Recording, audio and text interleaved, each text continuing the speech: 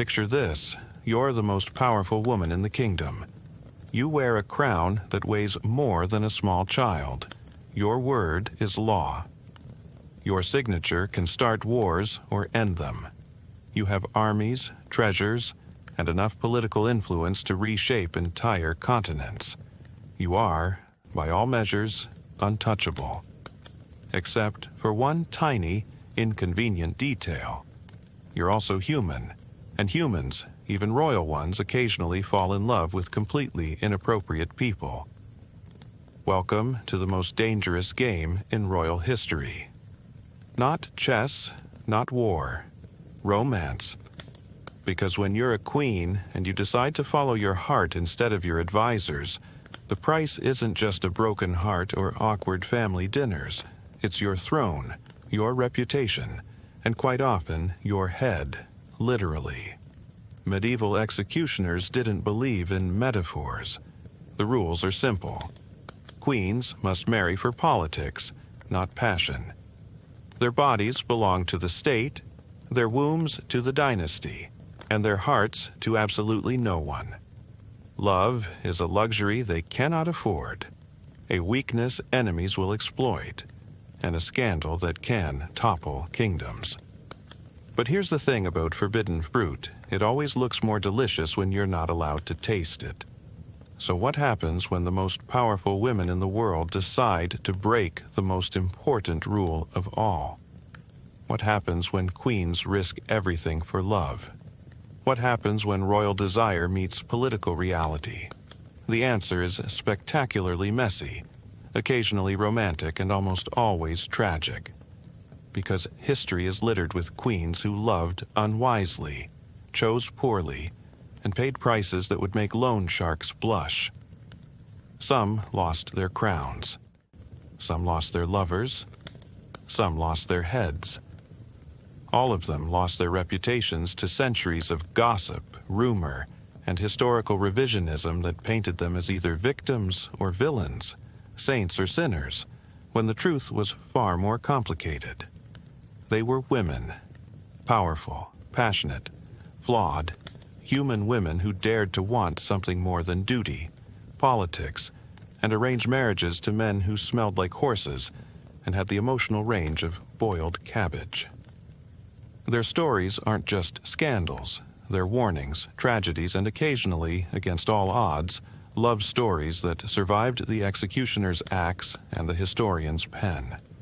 They remind us that even in a world where women were pawns in political games, some queens refused to be moved by anyone but themselves, even if it killed them. Which, spoiler alert, it often did.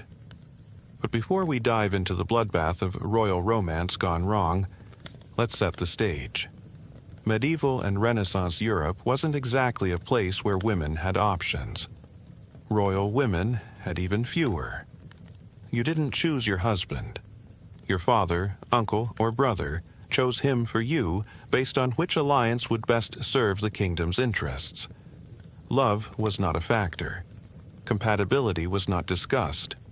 Whether your future husband was attractive, intelligent, or capable of holding a conversation longer than a grunt was entirely beside the point.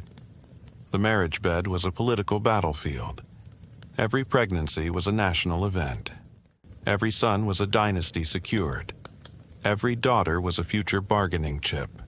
And every queen was expected to smile, produce heirs, and keep her opinions to herself. Especially opinions about attractive men who weren't her husband. But queens, it turns out, were remarkably bad at following these expectations. Perhaps because being told you can't have something only makes you want it more. Perhaps because power is intoxicating, and if you can command armies, why shouldn't you be able to command your own heart? Or perhaps because even royal women occasionally met men who made them forget about duty, politics, and the very real possibility of being beheaded for adultery. Whatever the reason, royal history is packed with queens who looked at the rule book, tossed it out the window, and proceeded to fall spectacularly in love with all the wrong people. Knights, courtiers, musicians, servants, even enemy generals. The more inappropriate, the better, apparently. Because nothing says rebellion quite like a queen who chooses passion over politics. The consequences were swift, brutal, and often permanent. Because while kings could have mistresses, bastards, and entire harems without raising an eyebrow, queens were held to a different standard. A double standard that would make modern feminists reach for their pitchforks. Royal adultery, when committed by a woman, wasn't just infidelity, it was treason. It threatened the legitimacy of heirs, the stability of dynasties, and the very foundation of monarchical power. So, when queens were caught with their lovers, the punishment wasn't divorce or exile. It was execution. Public, brutal, and designed to send a message to every other woman in the kingdom about what happened when you forgot your place. The message was clear. Love might conquer all, but it definitely couldn't conquer the headsman's axe. Anne Boleyn thought she was different. She thought she was smarter. She thought she could play the game of royal romance and win. She was wrong on all counts, but you have to admire her confidence. Here was a woman who seduced the King of England, broke his marriage to Catherine of Aragon, triggered England's break with Rome, and fundamentally altered the course of English history. All because Henry VIII couldn't keep his hands to himself, and Anne couldn't resist the ultimate prize, a crown. For 6 years, Anne played hard to get. She flirted, she teased, she sent love letters that drove Henry to distraction, but she refused to become another royal mistress. She wanted marriage or nothing. This was either brilliant strategy or spectacular overconfidence, depending on how you look at it. But it worked. Henry moved heaven, earth, and the Pope to marry her. He divorced his first wife, broke with Rome, declared himself head of the English Church, and triggered a religious revolution that would reshape Europe. All for love or lust. The line was admittedly blurry, but here's where Anne's story gets complicated. Because once she became queen, she discovered that Henry's attention span was roughly equivalent to that of a golden retriever chasing squirrels. He was already eyeing her ladies-in-waiting before their first anniversary. Anne, who had spent 6 years being the most desired woman in England, suddenly found herself competing for her own husband's affection, and losing. The pressure was enormous. She needed to produce a male heir to secure her position, but her first child was a daughter. Elizabeth, who would eventually become one of England's greatest monarchs, but at the time was seen as a disappointment. Anne's second pregnancy ended in miscarriage. Her third never made it to term. With each failed pregnancy, Henry's interest waned and his eyes wandered further. Enter the rumors. Whispers in court corridors. Suspicious glances. The kind of palace gossip that could get a queen killed. Anne, desperate to secure her position and perhaps genuinely frustrated with her marriage, may have sought comfort elsewhere. Or maybe she didn't. History isn't clear. What is clear is that her enemies saw an opportunity to destroy her, and they took it. The charges were spectacular in their scope. Adultery with multiple lovers, including her own brother. Treason, witchcraft, plotting the king's death. Most historians agree that the charges were fabricated. A judicial murder designed to clear the way for Henry's third marriage. But in 1536, due process wasn't exactly a priority when it came to inconvenient queens.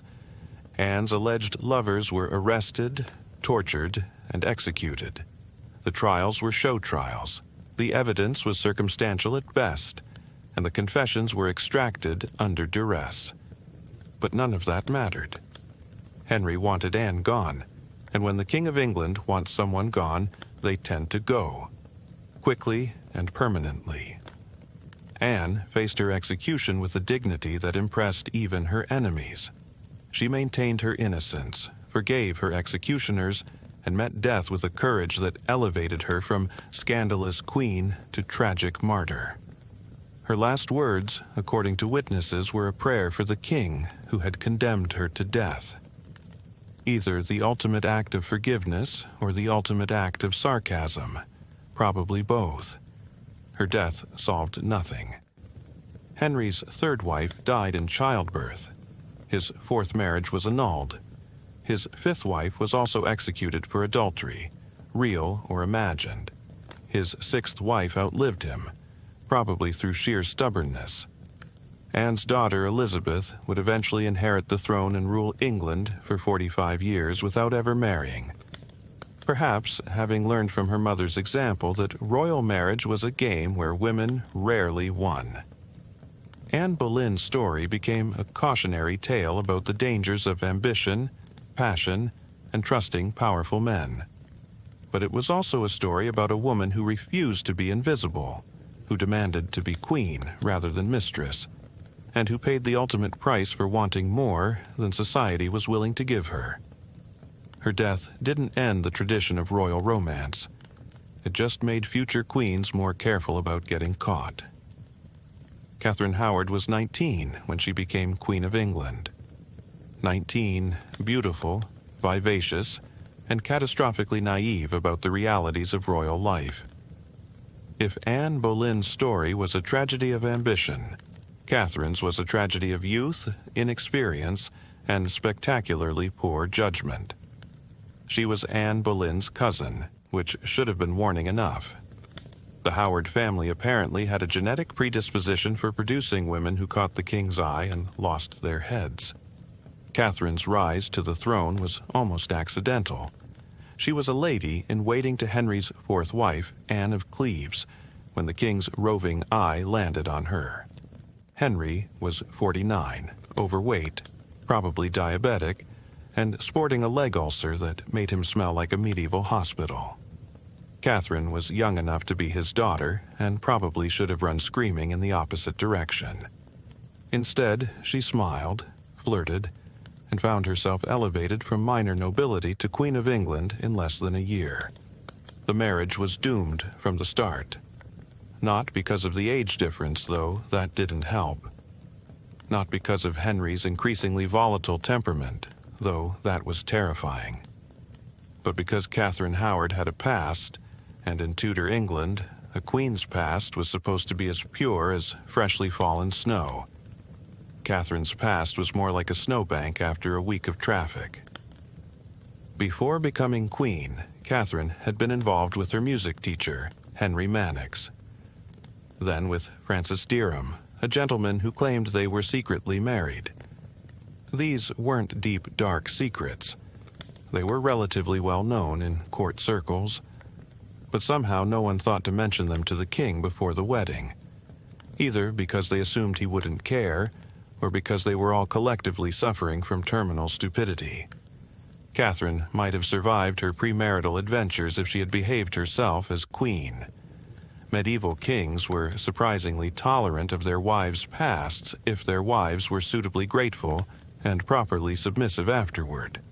But Catherine, young and possibly still not fully grasping the concept of mortal danger, continued to make spectacularly poor choices. Enter Thomas Culpeper, a gentleman of the king's privy chamber. Handsome, charming, and about as appropriate a love interest for the Queen of England as a case of bubonic plague. Catherine began meeting with Culpeper in secret. They exchanged love letters that read like teenage diary entries. She called him her little sweet fool. He called her his own sweetheart. They planned romantic rendezvous and whispered sweet nothings while her husband was busy planning his next war or his next meal. The affair was discovered in the most mundane way possible. A former servant, Catherine's step-grandmother's servant to be precise, was arrested on unrelated charges and decided to save her own skin by revealing everything she knew about Catherine's romantic entanglements, past and present. The information reached the king's council, who were faced with the delicate task of informing Henry that his young wife was not only not a virgin when he married her, but was also currently cheating on him with one of his own courtiers. Henry's reaction was predictable. rage, followed by more rage, followed by a determination to make everyone involved pay in the most public and brutal way possible. He ordered investigations, arrests, and executions with the efficiency of a man who had done this before, which of course he had. Catherine's former lovers were tortured and executed. Francis Dereham was hanged, drawn, and quartered. Thomas Culpeper was beheaded, a more merciful death that reflected his higher social status. Catherine herself was stripped of her royal title, imprisoned in the Tower of London, and charged with treason. The charge was based on the novel legal theory that concealing her sexual past from the king was treasonous, and that continuing to conceal her current affair was also treasonous.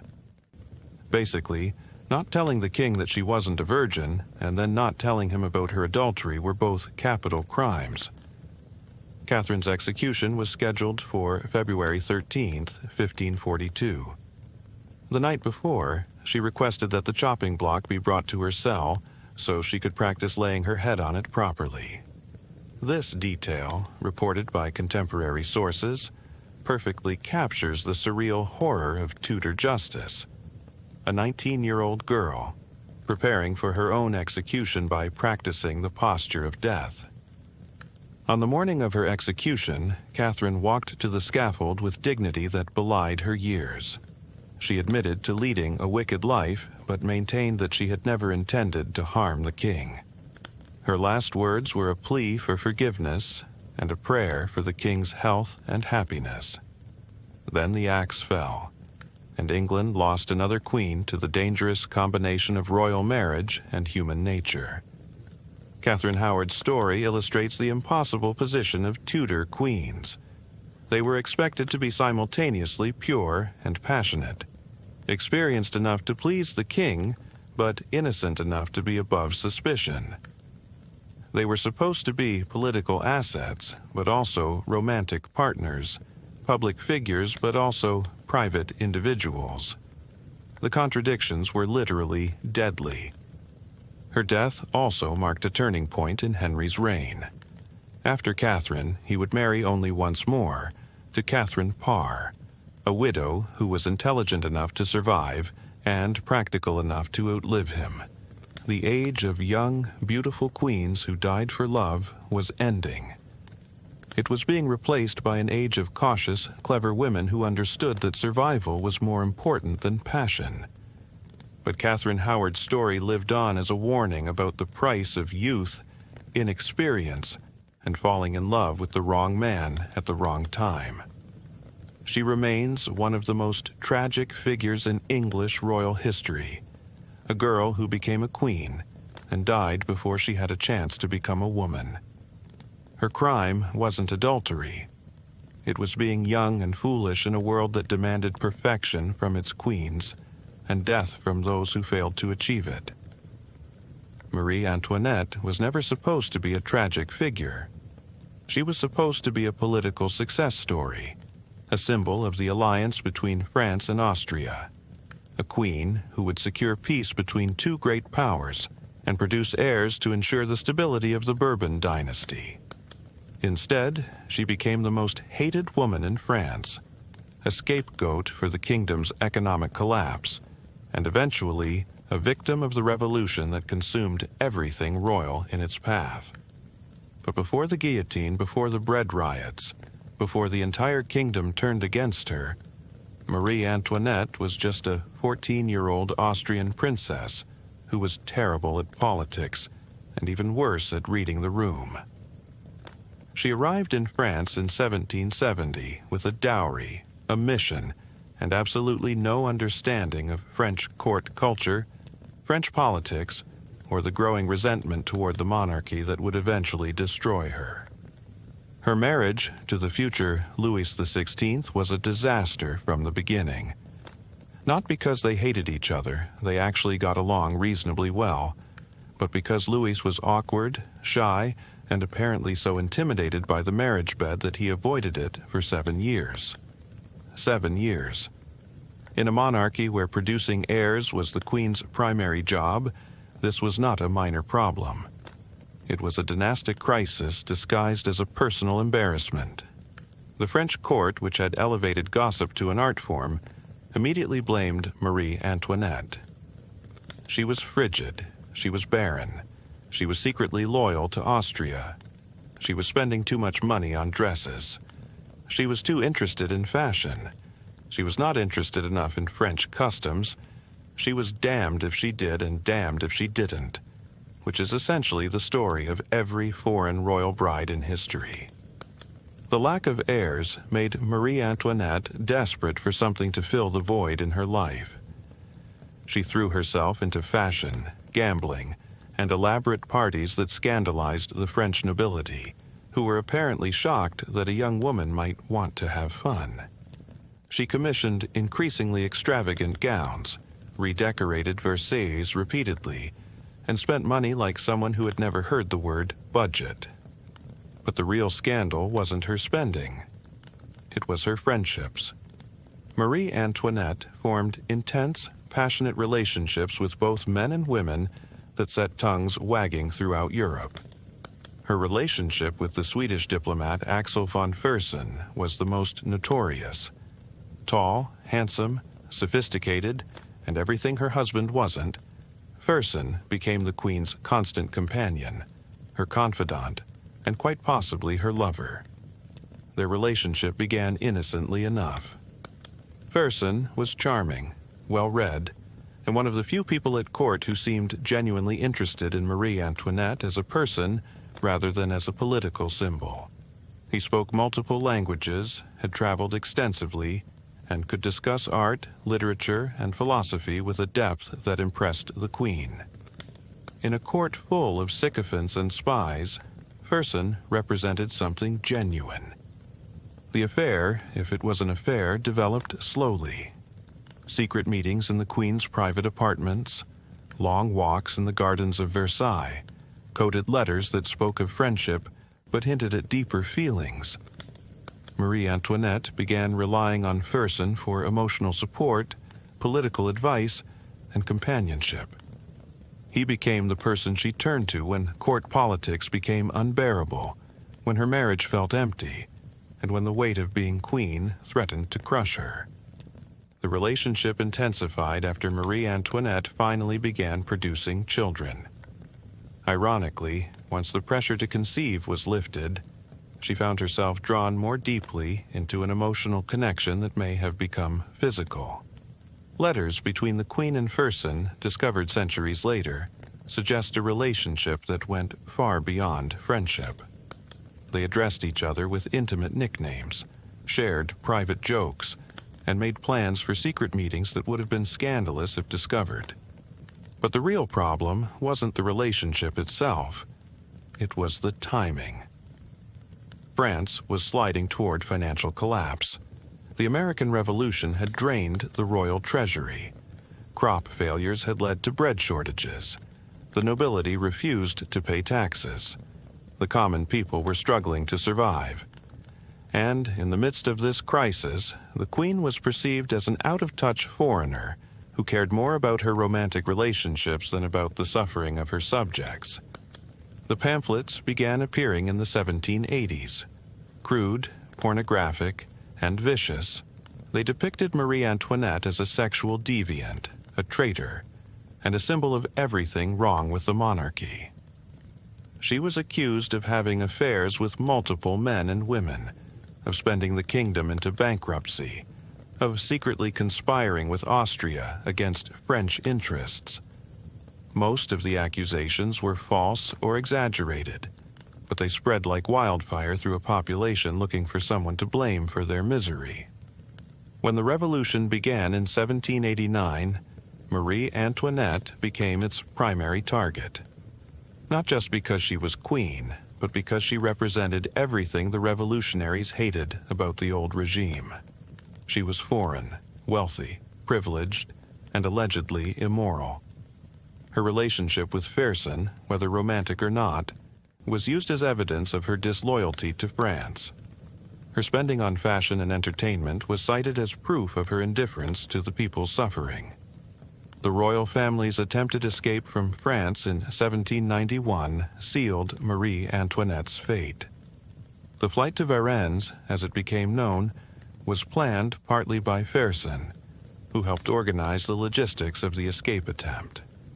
When the royal family was captured and returned to Paris, the Queen's relationship with the Swedish diplomat became evidence of treason. She wasn't just trying to escape revolutionary justice. She was allegedly conspiring with foreign powers to restore absolute monarchy. Marie Antoinette's trial in 1793 was a foregone conclusion. She was charged with treason, conspiracy, and corrupting the morals of the nation.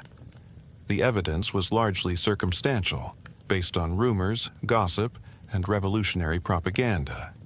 But the outcome was never in doubt. The revolution needed a scapegoat, and Marie Antoinette was perfect for the role. Her execution on October 16, 1793, was intended to symbolize the death of the old regime. Instead, it created a martyr. The woman who had been reviled as a foreign intruder and immoral queen became a symbol of the revolution's excesses. Her death didn't solve France's problems. It just added another tragedy to a period already saturated with blood and sorrow. Marie Antoinette's relationship with Axel von Fersen, whether it was love, friendship, or something in between, became part of her legend. It humanized a woman who had been demonized by revolutionary propaganda and royal protocol. It suggested that beneath the crown and the political calculations was a person who was capable of genuine emotion, deep connection, and perhaps love. Her story illustrates the impossible position of royal women in times of crisis. They were expected to be perfect wives, perfect mothers, and perfect symbols of their nations. When they failed to meet these impossible standards, they became targets for public anger, political manipulation, and historical revision. Marie Antoinette's crime wasn't adultery or treason. It was being human in a role that demanded perfection, foreign in a country that demanded loyalty, and complex in a narrative that demanded simplicity. Her death ended one of the most famous royal relationships in history. Axel von Fersen survived the revolution, but was murdered by a mob in Stockholm in 1810, possibly by people who blamed him for Sweden's political troubles.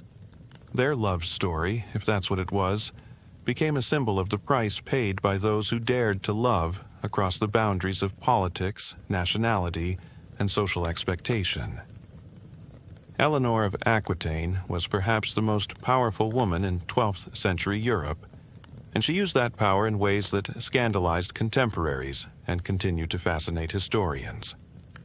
She was Duchess of Aquitaine in her own right, Queen of France through her first marriage, Queen of England through her second, Mother of Kings, patron of troubadours, and participant in the Second Crusade.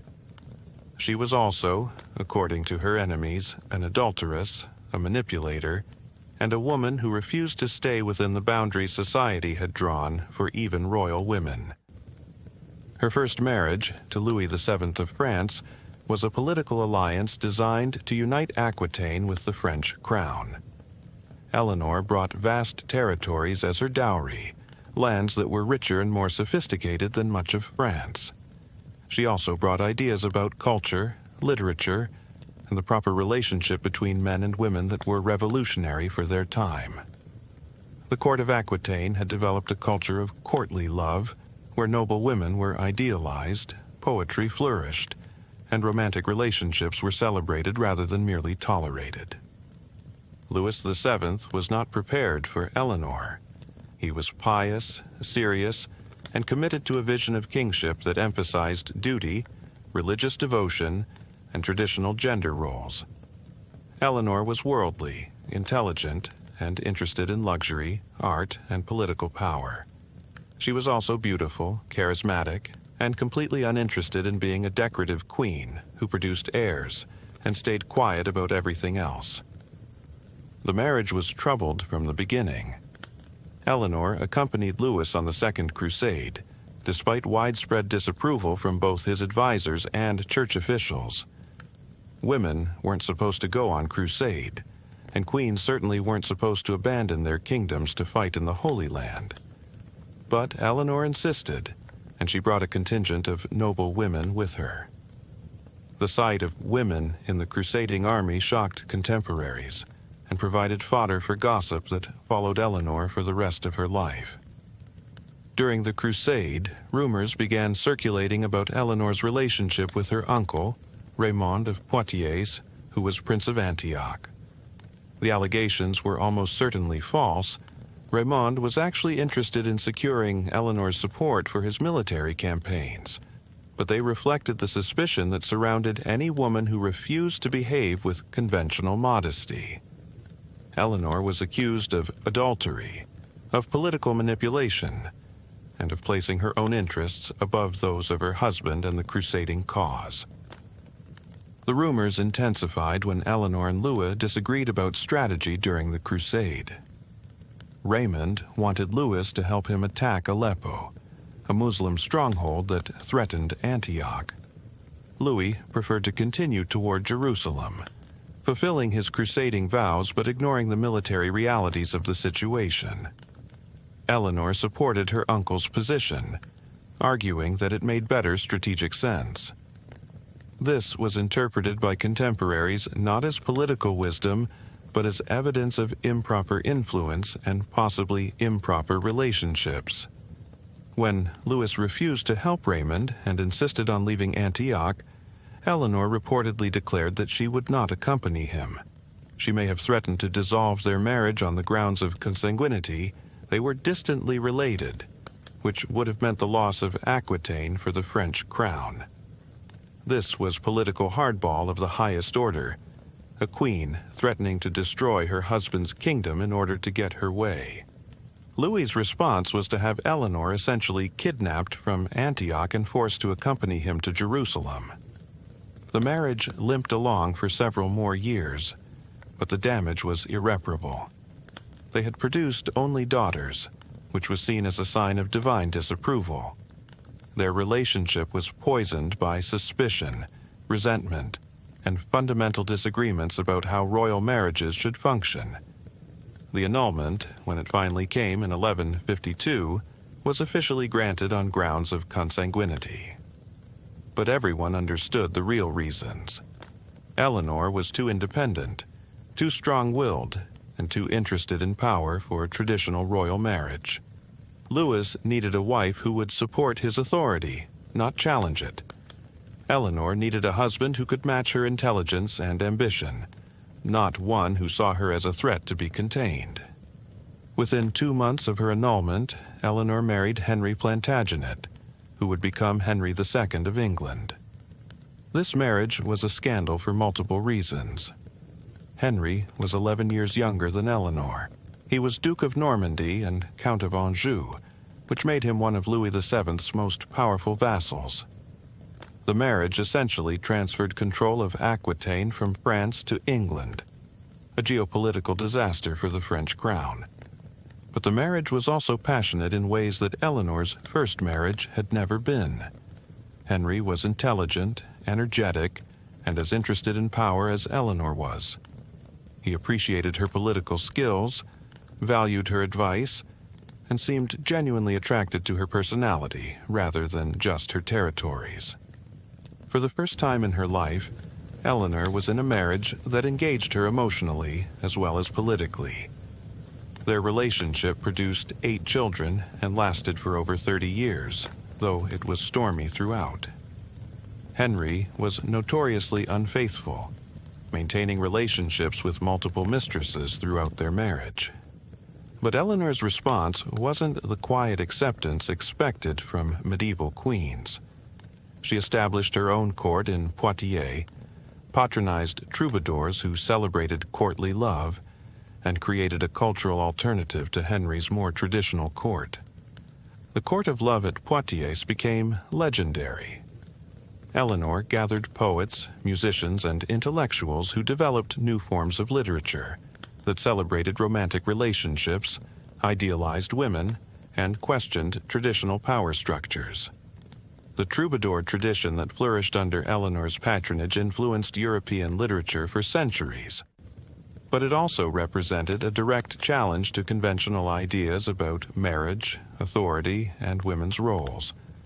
Eleanor's relationship with Henry eventually deteriorated into open warfare.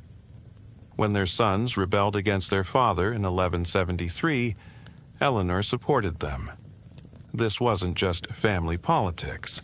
It was a fundamental disagreement about royal authority, inheritance, and the proper relationship between husbands and wives. Eleanor was arrested, imprisoned, and held captive for 16 years.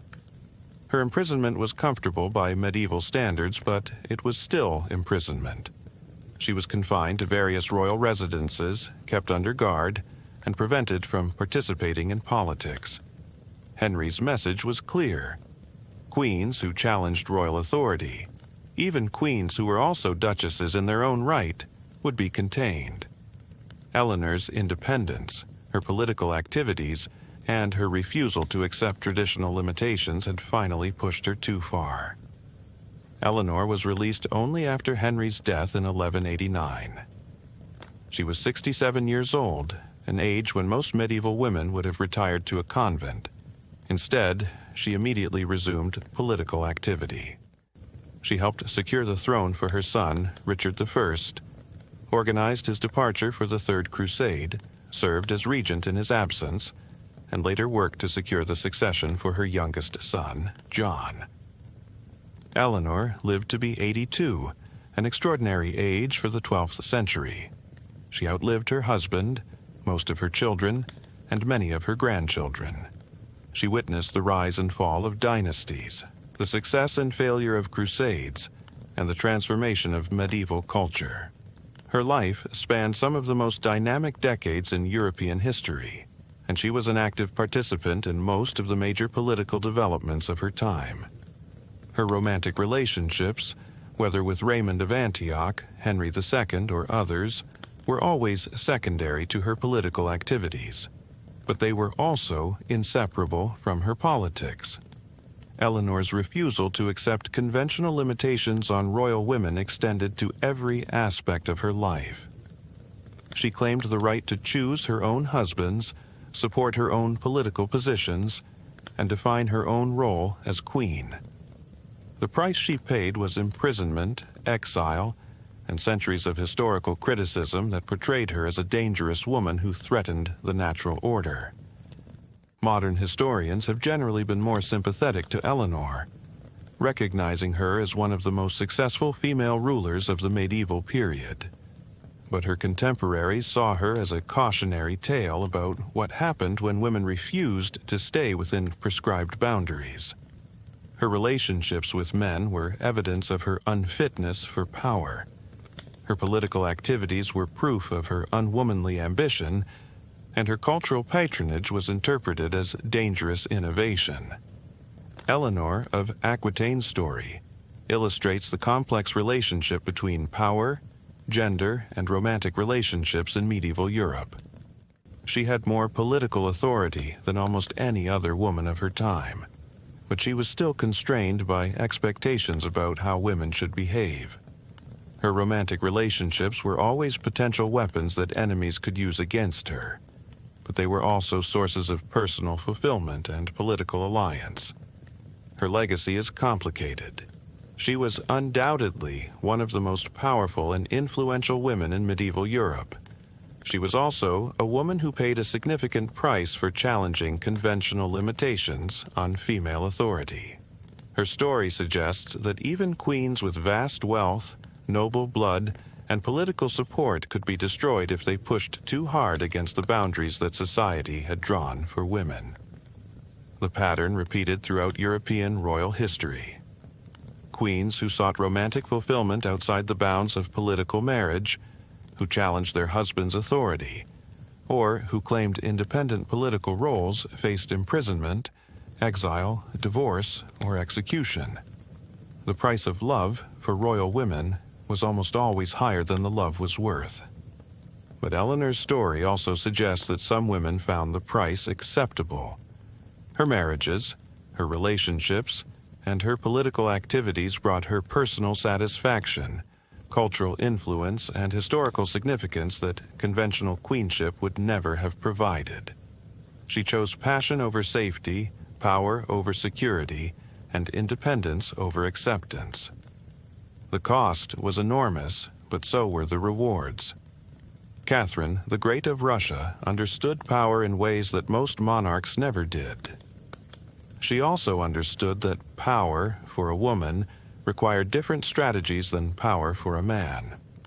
When she seized the Russian throne from her husband, Peter III, in 1762, she knew that her legitimacy would always be questioned, her authority would always be challenged, and her personal life would always be scrutinized for evidence of unfitness to rule.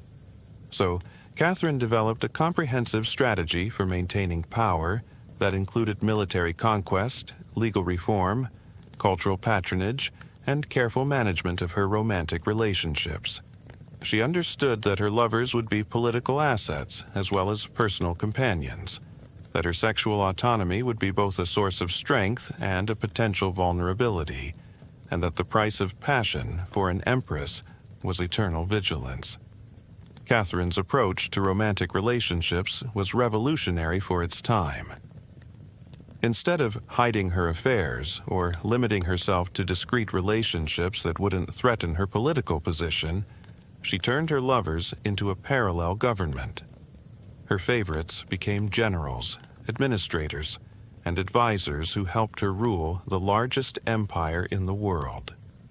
She transformed what could have been a political weakness into a source of strength.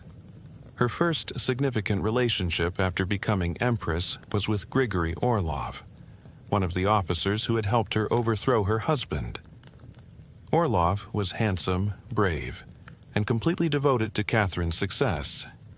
He became not just her lover, but also her closest political advisor, helping her navigate the dangerous early years of her reign when multiple conspiracies threatened to remove her from the throne. The relationship lasted for 12 years and produced a son, though Catherine never officially acknowledged the child's paternity.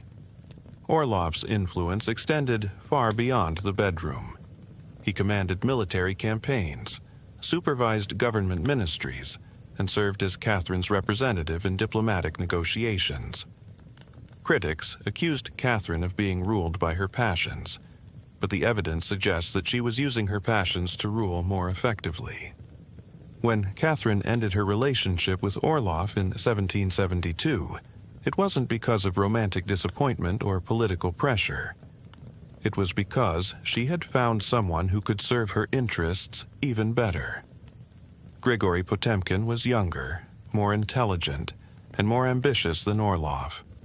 He was also one of the most remarkable men of the 18th century, a military genius, administrative innovator, and cultural visionary who helped Catherine transform Russia into a European great power. The relationship between Catherine and Potemkin was unlike anything in royal history. They may have been secretly married, though no definitive evidence exists. What is certain is that they developed a partnership that combined personal intimacy with political collaboration on an unprecedented scale. Potemkin became Catherine's co-ruler in everything but name, commanding armies, governing provinces, and implementing policies that shaped Russian development for generations. Their correspondence, which survives in remarkable detail, reveals a relationship of extraordinary complexity. They addressed each other with pet names that ranged from romantic to ridiculous. Catherine called Potemkin her golden pheasant, her marble beauty, her twin soul.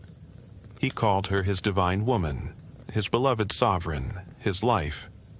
But between the love letters were detailed discussions of military strategy, economic policy, and diplomatic negotiations.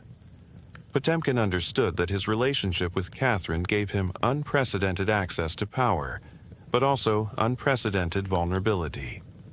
If Catherine decided to end their relationship, he would lose not just a lover, but also his political position, his wealth, and possibly his life. So he developed a strategy that was as brilliant as it was cynical.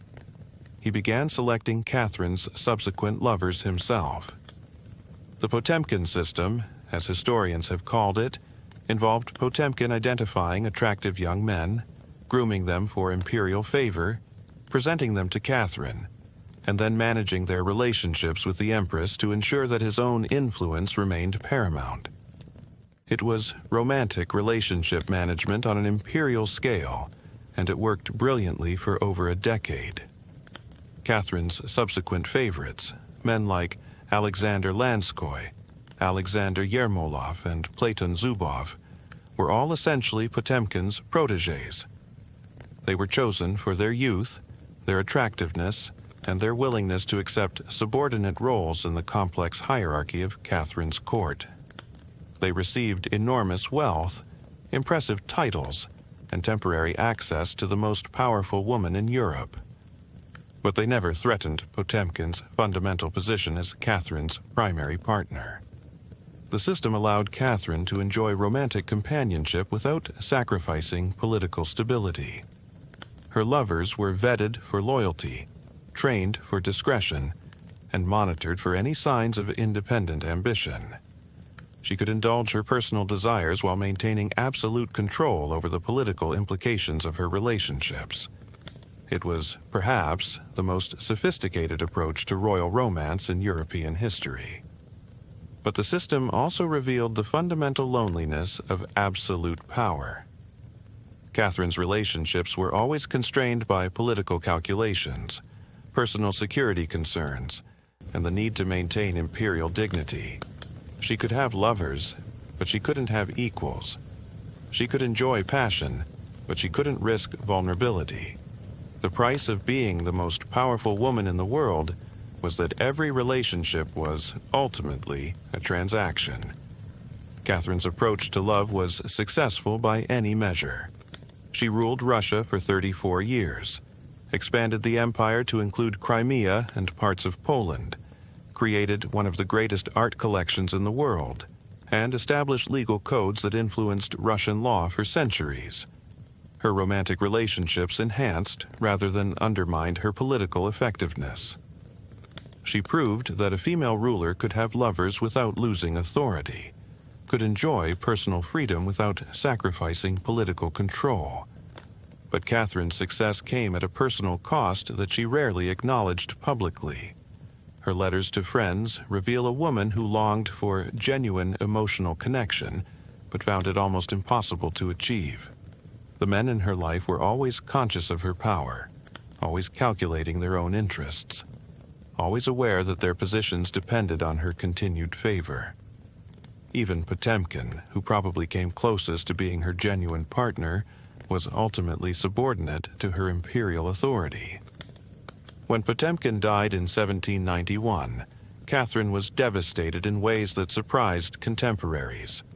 She had lost lovers before without apparent difficulty, but Potemkin's death left her genuinely bereft. Perhaps because he had been the only man who understood her completely, who appreciated her intelligence as much as her power, who could match her ambition and vision.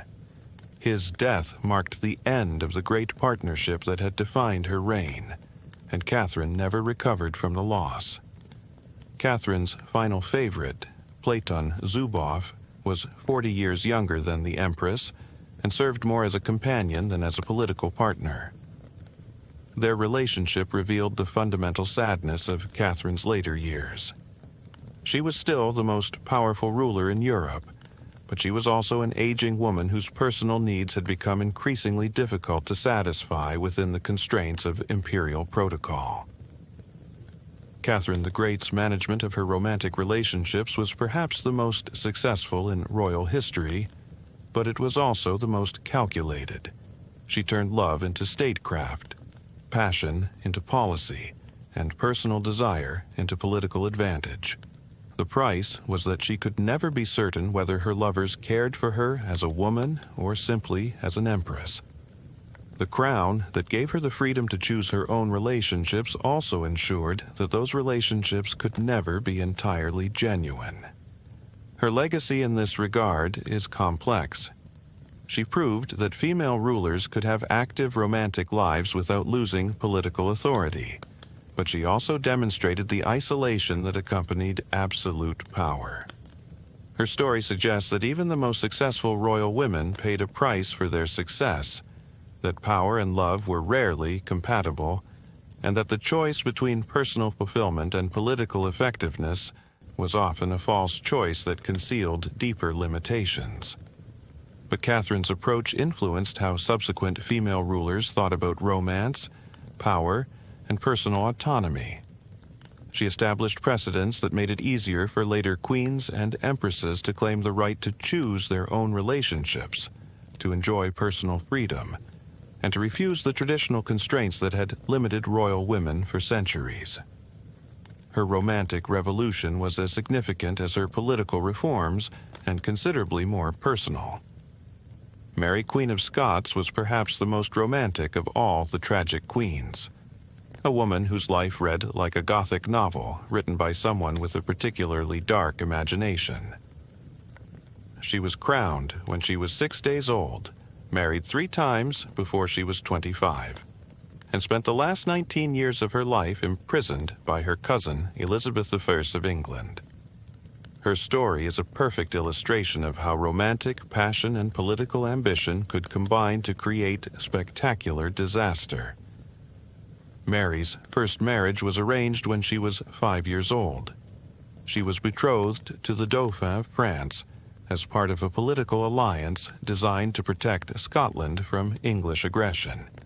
The marriage was intended to secure French support for Scottish independence, but it also meant that Mary spent her childhood in the French court, learning French customs, Catholic theology, and absolutely nothing about Scottish politics or Scottish people. When Mary returned to Scotland in 1561 as an 18-year-old widow, she was essentially a foreigner in her own kingdom. She spoke French better than Scots, preferred Catholic Mass to Presbyterian services, and had been educated to believe that queens were divinely appointed rulers who answered only to God. These beliefs put her on a collision course with Scottish nobles who had embraced Protestantism, English influence, and a much more limited view of royal authority. Mary's second marriage was her first real romantic choice, and it was a disaster of epic proportions. She fell in love with Henry Stuart, Lord Darnley, her first cousin, and one of the most spectacularly unsuitable men in 16th century Scotland. Darnley was handsome, tall, and charming when he wanted to be. He was also violent, alcoholic, jealous, and possessed of an ego that made peacocks look modest. The attraction was immediate and mutual. Mary was lonely, politically isolated, and desperately in need of emotional support. Darnley was ambitious, manipulative, and skilled at presenting himself as devoted to Mary's interests. The marriage seemed to solve multiple problems. Darnley had a claim to the English throne through his mother, which strengthened Mary's own claim. He was Catholic, which pleased Mary's supporters. He was Scottish, which should have pleased the nobles who resented foreign influence. Instead, the marriage created new problems faster than it solved old ones. Darnley proved to be politically incompetent, personally obnoxious, and completely unsuited for the role of king consort. He demanded the crown matrimonial, which would have made him king in his own right rather than merely Mary's husband. When Mary refused, he began plotting against her government, alienating her supporters, and generally behaving like a spoiled child with delusions of grandeur. The situation deteriorated when Mary became pregnant. Instead of being pleased about the prospect of an heir, Darnley became convinced that the child wasn't his.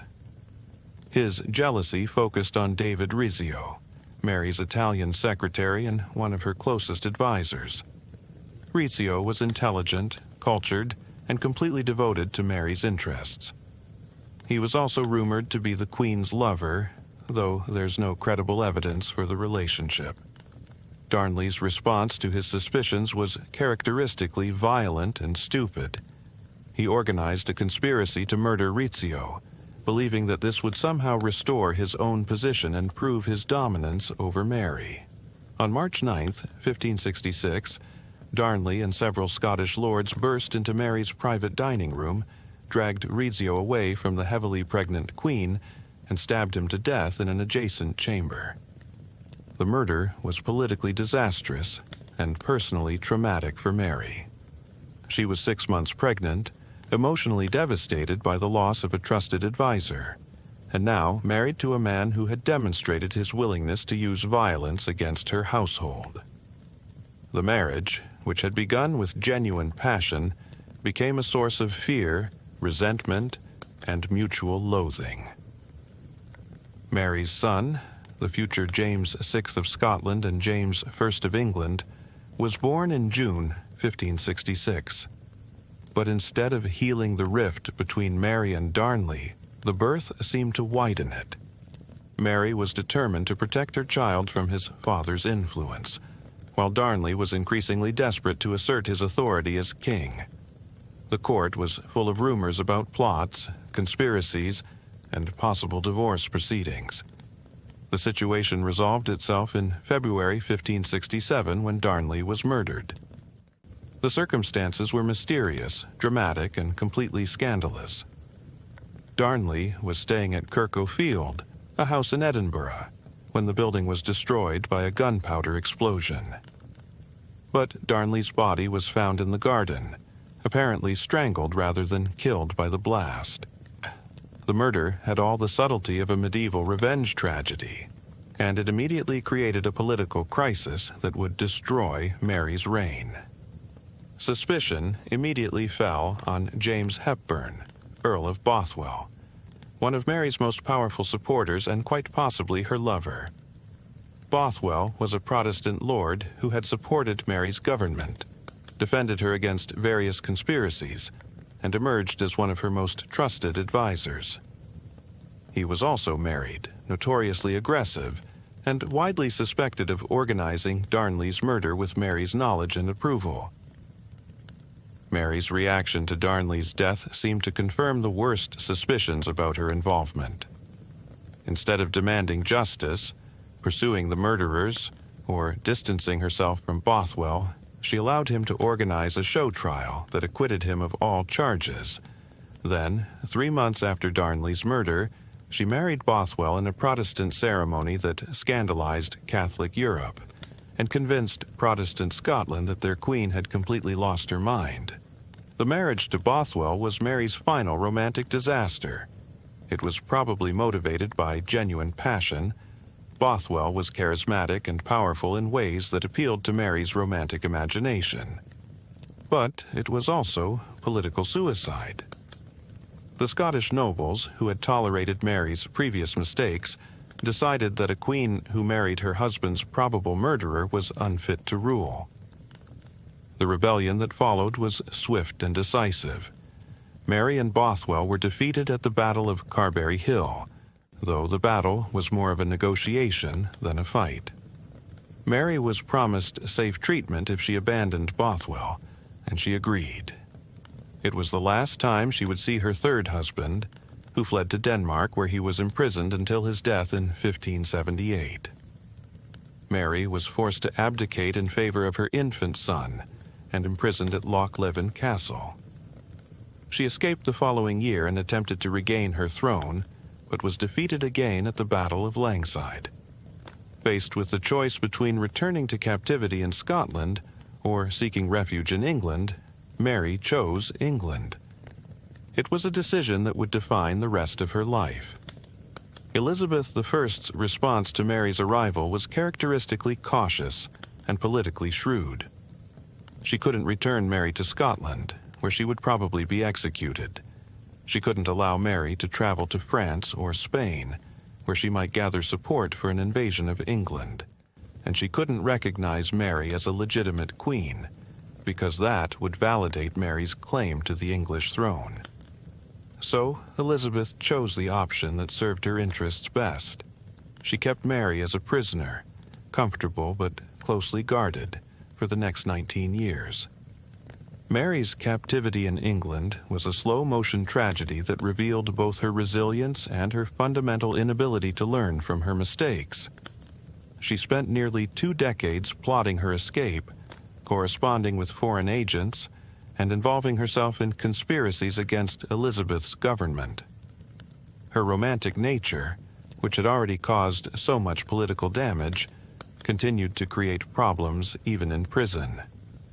Mary's relationship with Anthony Babington, a young Catholic gentleman who organized the most serious plot against Elizabeth's life, was typical of her approach to romance and politics. Babington was devoted to Mary's cause, convinced of her innocence, and willing to risk his life to restore her to the throne. Mary responded to his devotion with letters that encouraged his plotting, praised his loyalty, and gave him reason to believe that she valued him personally as well as politically. The Babington plot was discovered by Elizabeth's intelligence services, who had been intercepting Mary's correspondence for years. The evidence of Mary's involvement in planning Elizabeth's assassination was overwhelming and probably accurate. Mary had finally pushed her romantic inclinations too far, allowing her affection for a young man to override her political judgment and her basic survival instincts. Mary's trial for treason was a foregone conclusion, though she conducted herself with dignity throughout the proceedings. She denied the court's authority to try an anointed queen, maintained that her correspondence had been misrepresented, and argued that she had the right to seek her freedom by any means necessary. But the evidence was clear, and the political pressure on Elizabeth to authorize the execution was overwhelming. Mary's execution on February 8, 1587, was intended to end the threat she posed to Elizabeth's reign, but it also created a martyr whose romantic legend would outlive her political failures. The woman who walked to the scaffold at Fotheringay Castle was 44 years old, gray-haired, and wearing a black dress that concealed a red petticoat symbolizing Catholic martyrdom. Her last words were prayers in Latin, and her death was dramatic enough to satisfy even her romantic imagination. Mary, Queen of Scots' story illustrates the devastating consequences of allowing romantic passion to override political judgment. Her 3 marriages were all motivated partly by love and partly by political calculation, but in each case the romantic element undermined the political benefits. Her relationships with men were always colored by her need for emotional support, her desire for genuine partnership, and her romantic vision of herself as a figure in a grand historical drama. The price she paid for following her heart was the loss of her kingdom, her freedom, and ultimately her life. But Mary's romantic failures were also symptoms of deeper political problems that would have been difficult to solve regardless of her personal choices. She was a Catholic queen in an increasingly Protestant kingdom, a female ruler in a patriarchal society, and a symbol of foreign influence in a nation that valued independence above almost everything else. Mary's legacy is complicated by the romantic mythology that has grown up around her story. She has been portrayed as everything from a tragic heroine to a dangerous seductress, depending on the political and cultural biases of the storyteller. But what seems clear is that she was a woman who refused to choose between personal fulfillment and political success, who believed that she could have both love and power, and who paid a terrible price for that belief. Her story became a cautionary tale about the dangers of romantic passion in royal life, but it was also a story about the impossible choices faced by female rulers in the 16th century. Mary's romantic relationships were always political relationships. Her personal choices were always public choices, and her private emotions were always subject to public scrutiny and political manipulation. The pattern that emerges from these royal love stories is depressingly consistent. Queens who dared to follow their hearts rather than their political advisors almost invariably paid prices that made their romantic fulfillment seem insignificant by comparison. Love, for royal women, was a luxury that few could afford, and even fewer could survive. But these stories also reveal something important about the relationship between power and personal autonomy. The queens who suffered most for their romantic choices were often the same queens who achieved the most in other areas of their lives. Anne Boleyn transformed English religion and politics. Catherine the Great expanded the Russian Empire and created one of the great cultural legacies of the 18th century. Eleanor of Aquitaine influenced European literature and culture for centuries. Marie Antoinette became a symbol of both royal excess and revolutionary violence. Their romantic relationships were often symptoms of their refusal to accept conventional limitations on female authority and personal autonomy. They paid terrible prices for that refusal, but they also achieved things that would have been impossible for women who stayed safely within prescribed boundaries. Their love stories were tragedies, but they were also acts of rebellion against societies that denied women the right to choose their own destinies. The legacy of these queens is complex and contradictory. They are remembered partly for their romantic scandals and partly for their political achievements. Their stories have been told and retold for centuries, adapted to serve different political purposes and cultural values. They have been portrayed as victims and villains, heroines and cautionary tales, depending on what lessons their audiences wanted to learn. What remains consistent across all the retellings is the fundamental tragedy of their situations. They were women who achieved unprecedented power and used that power in ways that challenged conventional expectations about gender, authority, and personal autonomy. They paid prices for their choices that reflected not just the consequences of individual decisions, but the broader constraints that society placed on women who dared to want more than they were supposed to have. Their stories remind us that even the most powerful women in history were constrained by expectations about how women should behave, what women should want, and how women should use whatever authority they managed to achieve. The price of love for these queens was often death, exile, or historical vilification, but the price of rejecting love was often a life of isolation, political calculation, and emotional emptiness. The queens who had secret lovers and paid the price were, ultimately, women who refused to accept that power and love were incompatible, that political success required personal sacrifice, and that female authority could only be maintained through perfect behavior and constant vigilance. They were wrong about the possibilities of their historical moment, but they were right about the importance of claiming the right to make their own choices, even when those choices led to disaster. Their stories continue to resonate because they illuminate fundamental tensions between individual desire and social expectation, between personal autonomy and political responsibility, between the human need for love and the institutional demands of power. These tensions weren't resolved by the deaths of these queens, and they haven't been resolved by the centuries of historical analysis that have followed their tragedies.